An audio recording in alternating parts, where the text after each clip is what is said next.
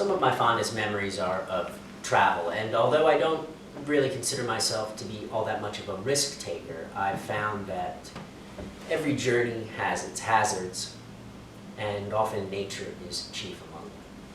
Today I have 3 stories I would like to relate, each involving perilous interactions with wildlife, one in which I am stung by a swarm of angry bees, one in which I'm attacked by a single angry hermit crab, and one involving a nearly tragic collision with a buffalo.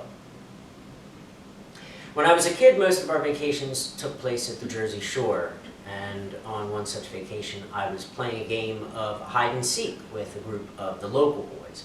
I had found the perfect hiding spot, but unfortunately a hive of bees was already hiding there. I stepped on the hive and they all began attacking me. I run out from my hiding spot, screaming, swatting away bees. I heard one of the local boys yelling, "It's a trick!" I don't really know what sort of trick he thought I was trying to pull, but, well, I don't know how many times I was stung that day, over 50, but at least I am not allergic to bees. As an adult, I've been to some more exotic locations compared to New Jersey. My wife and kids and I went to St. John's in the U.S. Virgin Islands. We stayed in a little shack up on a ridge overlooking the ocean. On our first approach, we heard this scrabbling, scratching sound all over the place, and it took us a little while to realize what it was, but they were hermit crabs. There were hundreds of them, a whole colony, some of which were at least the size of a grapefruit. And the kids would play with these. They would pick them up, have them race each other. They warned me not to pick up the big one. I don't recall why I wanted to pick up the big one, but apparently I did, and I shouldn't have. As soon as I had him up in the air, he reached around behind him with that giant claw they have and nearly took off the tip of my finger. But at least hermit crabs don't attack in swarms. Buffalo do, in a manner of speaking, and they can be just as dangerous if you meet them alone on a dark road in Yellowstone.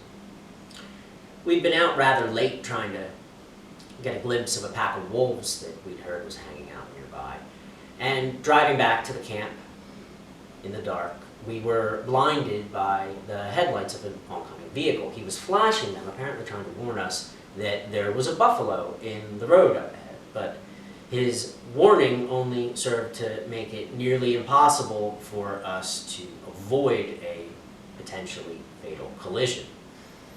We screeched to a halt, came within inches of the poor animal. I'll never forget the look in his eyes, absolute terror, or the way he twisted his body around trying to escape the impending crash. We were all pretty shaken up by that experience. Now, travel can be a relatively safe affair these days. We're not exactly trekking through uncharted wilderness in covered wagons, but whether it comes in the form of a buffalo in the road, or a crab in your hand, or a hive of bees underfoot, every journey does have its risks, and nature is not yet completely tame.